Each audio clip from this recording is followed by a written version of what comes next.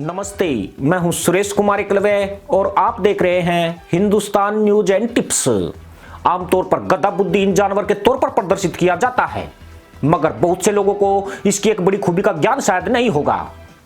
इसमें सबसे बड़ी खासियत जो इसे सबसे अलग बनाती है वह यही है कि अगर गधे को एक बार रास्ता दिखा दिया जाता है तो वह उसे कभी नहीं भूलता है।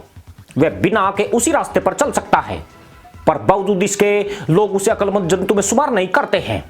अब लगता यूं है कि पाकिस्तान के प्रधानमंत्री इमरान खान ने गधे की खूबियां तलाश ली है। इमरान खान ने देश की खस्ताहाल अर्थव्यवस्था को सहारा देने के लिए गधों से फायदा उठाने के लिए नई स्कीम लाने की तैयारी शुरू कर दी है। इस स्कीम पर बड़े पैमाने पर काम किया जा रहा है और इसको सफल बनाने के लिए बड़ी रणनीति भी बनाई जा रही है।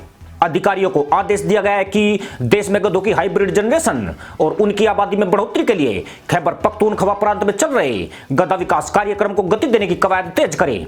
खास बात यह है कि इस कार्यक्रम में अब तक $1 अरब का निवेश हो चुका है और यहाँ चीनी निवेशक और भी निवेश करने की तैयारी कर रहे हैं। आपको बता दें कि पाकिस्तान की अर्थव्यवस्था बेहद खराब दौर से गुजर रही है। कोरोना महामारी के इस दौर में पाकिस्तान में लाखों लोगों के रोजगार छिन गए हैं। वहीं बहुत से लोग गरीबी में भुखमरी के शिकार हो रहे हैं। चारों तरफ से मायूस हो चुके इमरान खान ने एक बार फिर गधों पर दाव लगाने का फैसला किया है।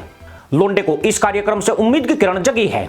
सरकार का अनुमान है कि वह गधों की आबादी में बढ़ोतरी करके और उनके निर्यात से भारी पैसा कमा सकते हैं।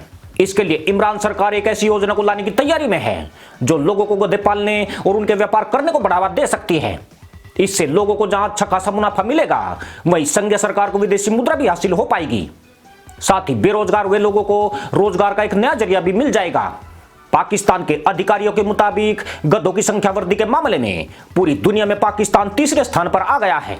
इकोनॉमिक सर्वे 2019-20 के मुताबिक इमरान सरकार के आने के बाद से देश में गधों की संख्या में 2 लाख का इजाफा हुआ है और इनकी आबादी 5.5 मिलियन पर पहुंच गई है। इमरान सरकार ने इन्हें देश की आबादी के 2% तक ले जाने का लक्ष्य रखा है, जिसे 2 साल के भीतर पूरा किया जाना है। यानी इमरान इनकी जनसंख्या 4 करोड़ करने पर विचार कर रहे हैं। इससे गधों की आबादी के मामले में पाकिस्तान को पहला देश बनाया जा सकेगा।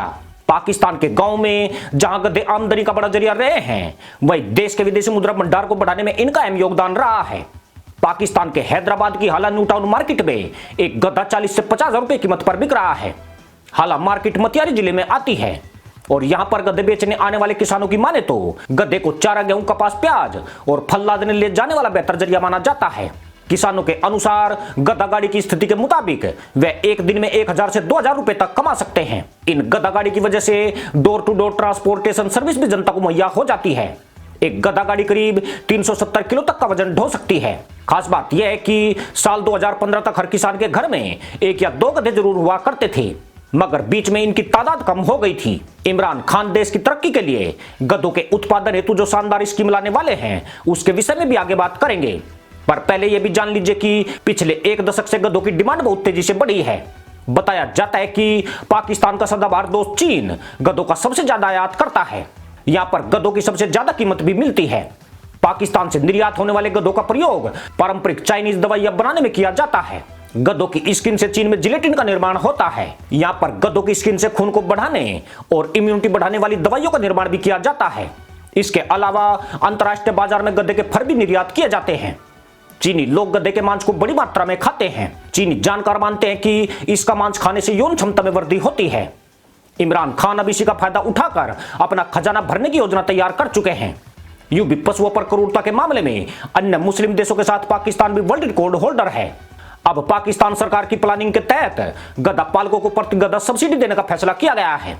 यानी मंडियों में बिकने वाले गधों का बाकायदा एक विवरण तैयार किया जाएगा और उसके चारे पर होने वाले खर्च को सरकारी सब्सिडी दी जाएगी। साथ ही सरकार गधे को अंतरराष्ट्रीय कीमतों पर खरीदेगी, जिससे गधों की उचित कीमत मिलने से लोगों की जीविका में सुधार हो सकेगा। इससे लोगों में गधों को पालने के लिए प्रोत्साहित भी किया जाएगा। अगर कोई किसान 10 से ज्यादा गधों के साथ निजी गधा पालन केंद्र स्थापित करेगा तो उसे सरकार से सब्सिडी के साथ लोन भी मुहैया कराया जाएगा। दरअसल इमरान खान इस योजना को क्रियान्वित करके बड़े ख्वाब देख रहे हैं। जब दुनिया फरारी की सवारी से आगे निकल चुकी है, लोंडा एक बार फिर पाकिस्तान को गधे की सवारी के लिए प्रेरित करना चाहता है। सरकार का अनुमान है कि इससे जहां देश को विदेशी करेंसी प्राप्त होगी, वही लोगों को रोजगार के नए अवसर भी मिलेंगे। पर इमरान खान इससे भी 10 कदम आगे बढ़कर सोच रहे हैं। वह देश में पेट्रोलियम पदार्थों की बढ़ती मांग को नियंत्रित करने का फलसफा भी तलाश रहे हैं। अनुमान लगाया जा रहा है कि देश में गधा गाड़ी का प्रचलन बढ़ने से तेल की मांग में काफी कमी लाई जा सकती है। सरकार को पेट्रोलियम पदार्थों पर भारी पैसा खर्च करना पड़ रहा है। अगर गधा गाड़ी का प्रचलन ज्यादा तेजी से आगे बढ़ाया जाए तो इस समस्या पर कुछ हद तक काबू किया जा सकता है। सरकार इसमें कई फायदे भी देख रही है। उसका अनुमान है कि गधा गाड़ी में वृद्धि होने से वह प्रति वर्ष करीब $1.5 करोड़ का तेल बचा सकती है। साथ ही जलवायु परिवर्तन के मुद्दे पर अमेरिका की वाई भी बटोर सकती है। यानी पाकिस्तान के गधों को जलवायु परिवर्तन के वाहक के तौर पर प्रस्तुत करके इमरान खान एक महान क्रांति के अग्रदूत बन सकते हैं। इन्हीं गधों के बल पर पाकिस्तान तेल निर्यातक देशों के संगठन ओपेक को भी नानी याद दिला सकता है। यूं भी इमरान खान के सत्ता में आने के बाद जिस तरह गधों की तादाद में इजाफा हुआ वह पाकिस्तान में किसी चमत्कार से कम नहीं है। इमरान खान ने मदीने की रियासत को गधों की रियासत में तब्दील करने में कोई कोर कसर नहीं छोड़ी है। जब तक नवाज शरीफ की पार्टी पाकिस्तान मुस्लिम लीग और पाकिस्तान पीपुल्स पार्टी की सरकार सत्ता में रही, हर बार 0.4 मिलियन की दर से ही गधों की संख्या बढ़ी है। जब परवेज मुशर्रफ देश के राष्ट्रपति थे तो एक दशक में गधों की आबादी में सिर्फ 5 से 6 लाख का इजाफा हुआ था, परंतु इमरान लोंडे ने एक साल में 2 लाख गधे बढ़ाकर पाकिस्तान में इतिहास रच दिया है। खास बात यह है कि पाकिस्तान के रईस प्रांत समझे जाने वाले पंजाब प्रांत में गधों की आबादी में सबसे ज्यादा बढ़ोतरी हुई है। पाकिस्तानी सेना में सबसे ज्यादा जवान और सैन्य अधिकारी इस प्रांत से आते हैं। पंजाब प्रांत में भी लाहौर ऐसा शहर है जहां गधों की जनसंख्या सबसे ज्यादा है। लाहौरी गधे की पाकिस्तान के अलावा चीन में भी काफी मांग है, पर लगता यूं है कि इमरान खान उस बंदर की तरह व्यवहार कर रहे हैं जिसे जंगल का राजा बना दिया गया और वह एक पेड़ से दूसरे पेड़ पर कूद कर साबित कर रहा है कि वह निकम्मा और निठल्ला नहीं है। कुछ और नहीं तो उछल कूद तो कर रहा है। वैसे भी ये जाहिल कौम का वह नाइल मुखिया है जो पाकिस्तान में नए आइडिया लाने का प्रणेता बन गया है। यह अलग बात है कि लोंडे का एक भी आइडिया न धरातल पर उतर पाया और ना उससे जाहिल कौम साहूकार बन पाई। उल्टा वह एल्यूमिनियम के कटोरे भी जंग खा गए जिनकी चमक दमक से अमेरिका और खाड़ी देशों से भीख मिल जाया करती थी। कट्टो, मुर्गी, भैंसों, जैतून का तेल, अरब सागर का तेल, 50 लाख घर, 1 करोड़ नौकरी के बाद अब गधा पालन केंद्र को एक थीम प्रोजेक्ट के तौर पर प्रस्तुत किया जा रहा है।